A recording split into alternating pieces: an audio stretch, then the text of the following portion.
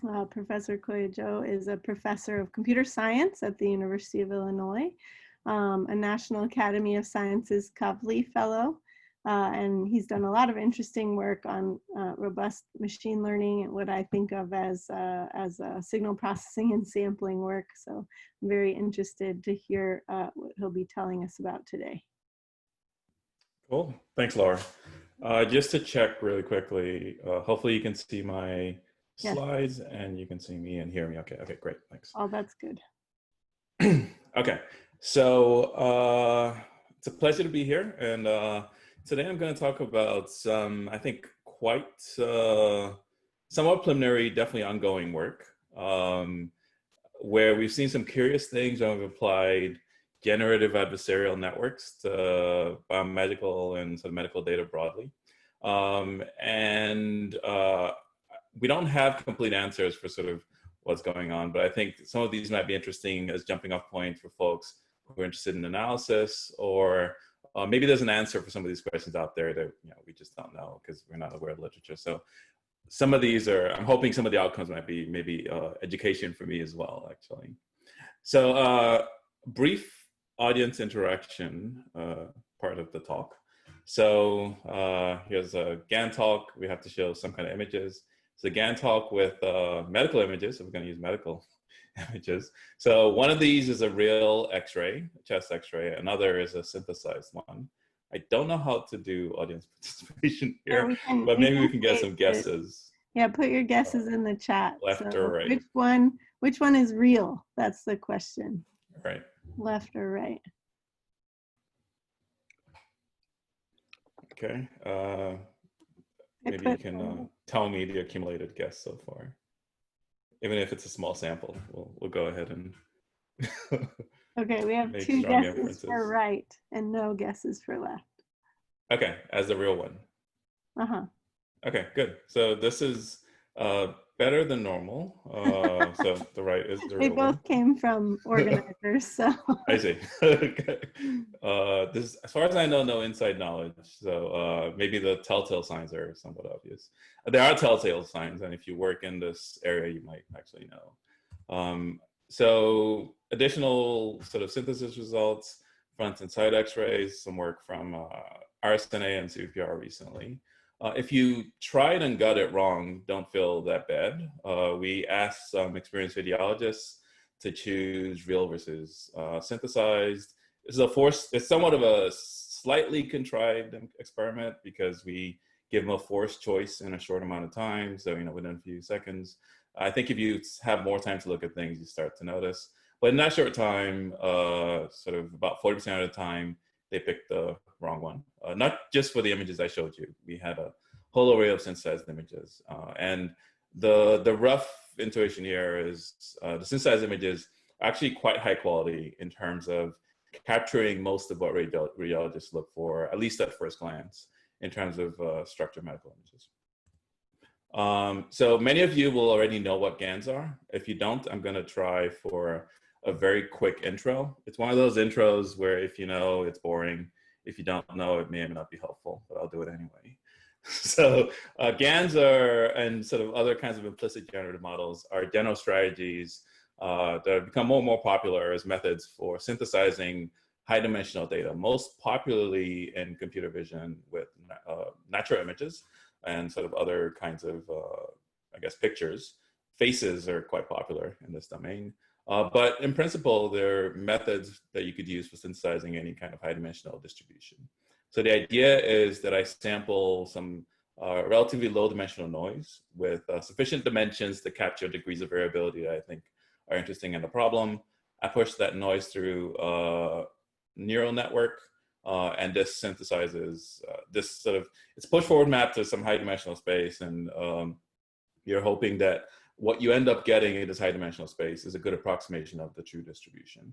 And the tricky part of this is then how do I train a model like this? In particular, I'm training the neural network in the middle such that it's tuned to match the real data distribution.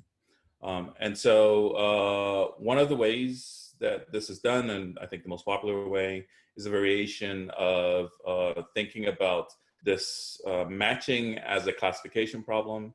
Um, excuse me. So the GAN is trained to try to tell whether a particular synthesized image is a real image or a fake one.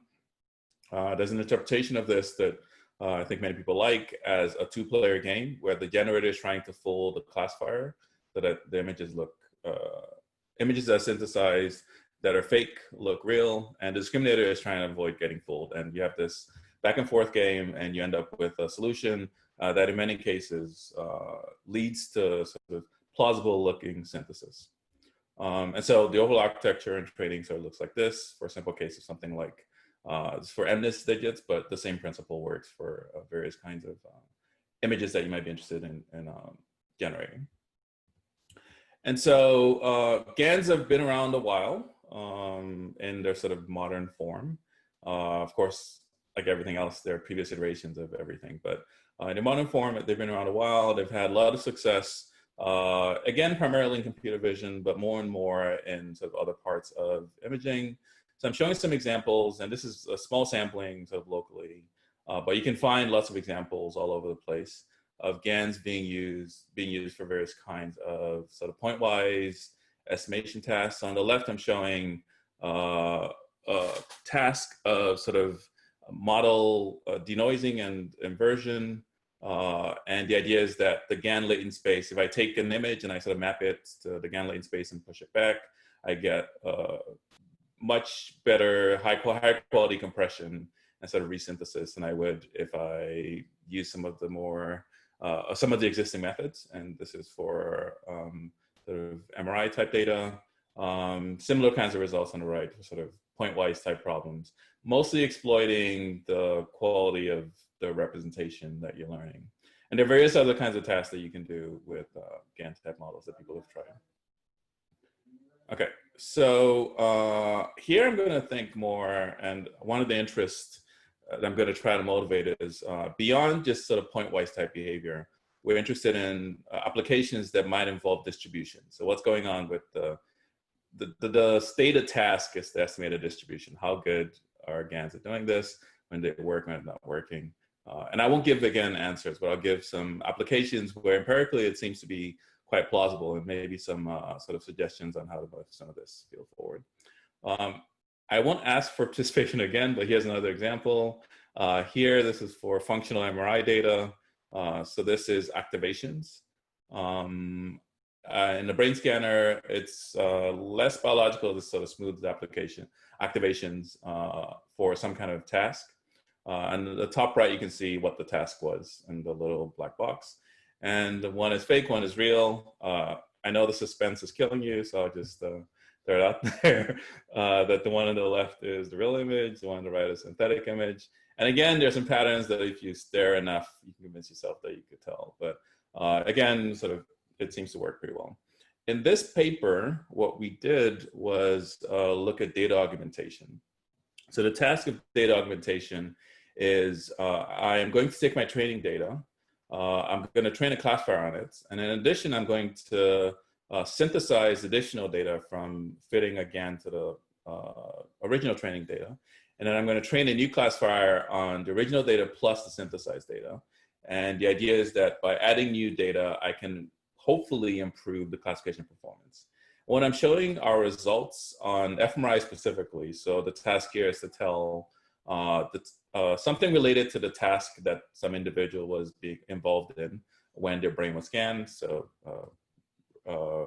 in particular, these images are the inputs, and the outputs are the labels that you're seeing on the top. And I'm showing results if I use either real data by itself, or if I augment real data with synthesized data of different kinds. So data from Gaussian mixture models, data from GAN models, just adding random noise, see what happens. And the main takeaway is that augmentation looks like it helps, whether the underlying model is sort of a simple linear model or something more sophisticated like some kind of convolutional neural network. And again, it's just original data, additional GAN trained on it, and then using that as augmentation for training, fitting a predictive model. Another application we've been looking at is power analysis. So if you work in scientific applications or medical applications, you've definitely seen this. If you work exclusively in machine learning, you're extremely unlikely to have seen this because for various reasons it just doesn't come up. But in scientific applications, one of the key statistics that you're interested in is statistical power, particularly when you're designing experiments. So roughly, you can think of power as sort of the higher the power is, the more likely it is to detect an effect, which is a difference between some intervention that you're doing if the effect actually exists. And it's typically, I think scientists often overload on this because if you're going to write, say, an NIH grant, you need to make sort of very strong claims about statistical power in order to get money to do the science that you want to do. So it's a sort of super important thing that the people think about when they're designing experiments. But even pulling back, there are reasons to think of this as sort of a useful thing to think about carefully. So you want to avoid your power being too low, because if your power is low, then maybe there's no effect and you're spending a lot of money and time on sort of experiments that will not have yielded a difference that you're interested in. On the other hand, in some sense, you're hoping that power tells you the exact number of subjects that you need to tell an effect if it's there. And so you want to avoid wasting resources to collect more data than you actually need. So you're looking for a sweet spot and sort of enough subjects to tell a difference, but not so much that you're wasting effort. Again, if you work in science, data collection is quite expensive. And so, each new subject might be thousands of dollars. Or if you're working other kinds of data collection, sort of each new sample might be quite expensive. So it matters that you pick a good number. Now, power estimation is a hard problem. It requires sort of often fairly strong assumptions about null and alternative distributions. And there are various ways that people try to do this. The correct way is, at least in sort of from the textbooks, is to make sort of assumptions based on previous experiments or based on literature and sort of good understanding. Most often people cheat a bit and maybe do a pilot study and use the pilot study to estimate power. There are many reasons why this is problematic, but anyways, it's often done. Or you could just guess a power or guess the distributions and then use that to come up with a power quantity. So a bit more technically, the goal of the task that you're trying to solve is to tell apart if I get two samples. If I get samples from two distributions, I want to tell apart whether those samples came from the same distribution or not. So suppose I give you samples X from a distribution P, samples Y from distribution Q. I want to tell whether P is equal to Q or not. And the power is the probability that the test rejects, which is in statistical language. You can tell that there's a difference in the two distributions. So you can do this conceptually if I have two actual distributions and they're parametric, but you could also empirically do this, and this is something that we tried. So if I give you sets of samples from two distributions, I can essentially take actual samples, run some statistical tests that would normally run on two data subsamples. And I can do it multiple times if I want, and use it to, run an actual test on the two samples, and then look at the fraction of times that the test rejects when the two distributions are actually different.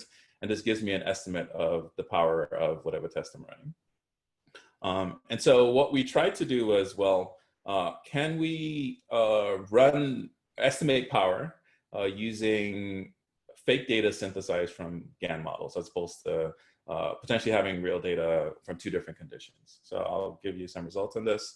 So we did this on simulated data. So it's sort of simple, where you expect things to work.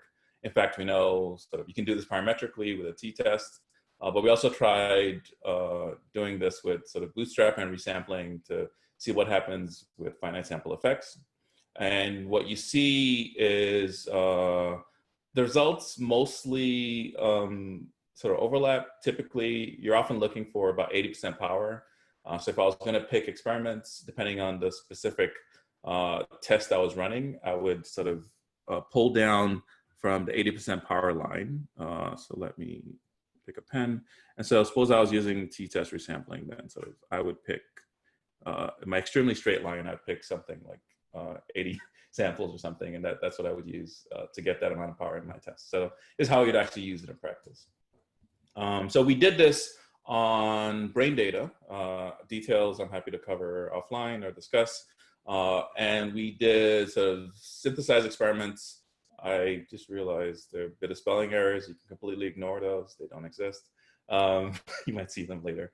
It's a little embarrassing, but so I can run, say, visual versus no visual, which is the person in the scanner looking at an image that is supposed to measure some visual activation or not, or auditory versus not auditory, similar kind of thing, but for hearing instead of vision.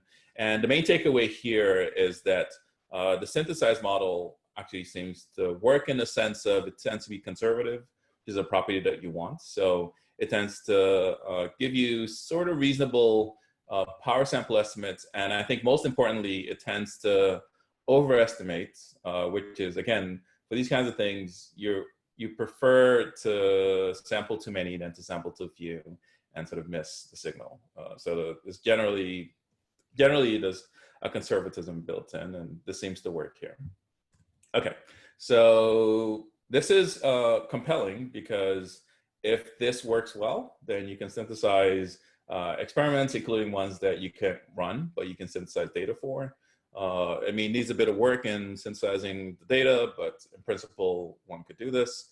And now you can run sort of, any kind of experiment with sort of lots of samples, and you can easily check what power numbers look like. So it gives you a lot of flexibility in, say, trying to get power estimates, and it's somewhat conservative, it's somewhat non-parametric, and that, again, in principle, you can fit complicated data distributions beyond what you would normally be able to fit if I made strong parametric assumptions. I should also highlight, as many of you know, so I mostly talked about good things. I should talk about some bad things. GAN models are very far from perfect. In fact, here's an application. It's a point application, but the takeaway here is a GAN-based model was used to sort of match distributions as a way to do image translation from one kind of image to another. And what ended up happening is that when the translation was applied to several images, it sometimes hallucinated tumors where there weren't in the image translation, or it took them out, which are properties that you don't want if you're going to apply some sort of image translation method. And they're also known to fail in lots of other ways, which I don't have time to cover here, but just lots of presentations and lots of GAN papers trying to fix all of the many issues that you can have when you try to apply GANs. Nevertheless, I think these are quite promising and, to us, quite surprising results. So I guess on its face, it doesn't seem like it should work. In practice, it seems like we're getting sort of good solutions to some pressing problems where making good sort of data generative modeling assumptions are challenging. Data is high dimensional. They're not good sort of mechanistic models available. They're not good causal models available. It's just not obvious how to do good modeling here. And here we're just sort of throwing machinery at things, and it seems to be working okay. So one hypothesis is that the GANs are actually learning the data distribution. I think that's extremely unlikely. One, because we know that there are lots of issues with at least the basic GANs that we're using, and even augmentations to it. Also, the data is limited compared to what you might use in, say, a standard computer vision task. So we don't think that it's learning the data distribution.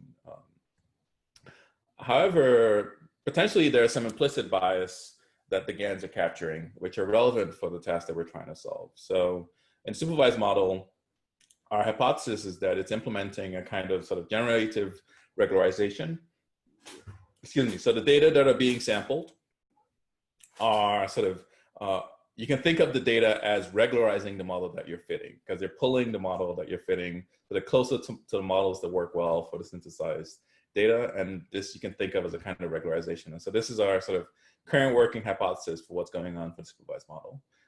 For the power analysis approach, where explicitly you're looking at distributional differences, we think that it's capturing variability, maybe not all of it, but it's capturing the important variability for the task that you're looking to solve. So it does seem to underfit a bit, but which is, again, you can see by the fact that your power estimates seem to be somewhat more conservative than you would like them to be. But it does seem to be capturing sort of important variability for the task. So we think that implicit bias is a plausible explanation. Observation and experiments suggest that. So we know also because, again, we're focusing on medical images. Biology enforces lots of strong constraints on the images that we're seeing. We've also done a bit of pre-processing and almost all the work we've done so far, so that the images are sort of spatially aligned. So there's actually not as much super high variability. The differences are can be stark, I guess. And when things are similar, they're sort of very similar across lots of subjects. So this may be why we're getting good results here. Nevertheless, again, this is something where empirically it sounds promising. We don't have good explanations for why. And again, I'm opposing this as maybe a challenge, an open question. We're working on this, but it'd be great if other people are interested and want to think about some of these things as well.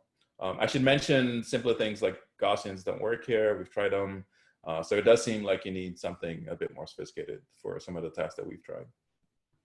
Okay, so I'm going to conclude. Have a couple of minutes. So we think that synthesis is an exciting and sort of promising technology for medical imaging analysis broadly.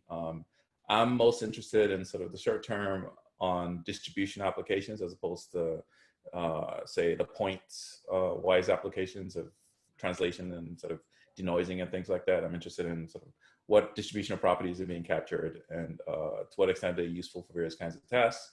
But we've done work on other applications, and I'm happy to share them offline on things like outlier detection, imputation, stuff like that. But I've shown here augmentation for classification problems and hypothesis testing for power analysis with promising results, and sort of some reason for why you might want to use a method like this. So of course, there's a lot of work to do. I don't think there's any sort of great analysis of when and why this works, which again, we'd like to hope that there'll be more work on. And then just practical things that we're hoping to improve. So improved evaluation, individual differences. It's highly relevant for some of the downstream medical and sub-biomedical applications that we're interested in. And applications to time series, which gets additionally tricky in fun ways. So I'll leave that up to, I guess, if there's interest, so pursuing some of these potential directions. There's code available if you're interested. I'm happy to share it and sort of follow up on these. I should also highlight a lot of this work has been with excellent collaborators. I mostly talked about X-ray and MRI because of limited time, which is with folks from Illinois and then a hospital in Chicago. But I've also done some work on structural-based imaging with some great colleagues at Georgia Tech and Mila and Allen Brain Institute. And with that, I am done about on time. So I'll stop here and maybe take some questions. Great, thanks, Sammy. If anyone has a question, they can put one in the chat. My question was just to clarify the power estimation. So when what were you comparing exactly? So your method was generating synthetic data to estimate the power, and then the other methods, did they actually have a bigger sample size, or were you using bootstrapping to make the sample size bigger? Yeah, so when the number of samples was when there are sufficiently few samples, we use sort of bootstrap resampling, and then once you hit the limit, then I guess there's nothing you can do after that. So let me see if we showed the results up until the right level. I'll go back there. But for the GAN, sorry, go ahead. Even just if you show that plot and say what like two of the curves were, yeah. So for all of these, we stopped at the point where we had enough samples to keep doing bootstrap. So we never tried it beyond there. And this was enough for at least this particular experiment. The claim is that because, again, you can synthesize additional data, you can keep going past this amount. So in all of these examples, we had enough training data that we could run sort of bootstrap for the baselines. And then for the GANs, we take the two subsets, we train GAN models on them, and then we synthesize at that sample size, and we synthesize multiple times in order to get a probability that it correctly tells the difference. And that is what we use for the power estimate.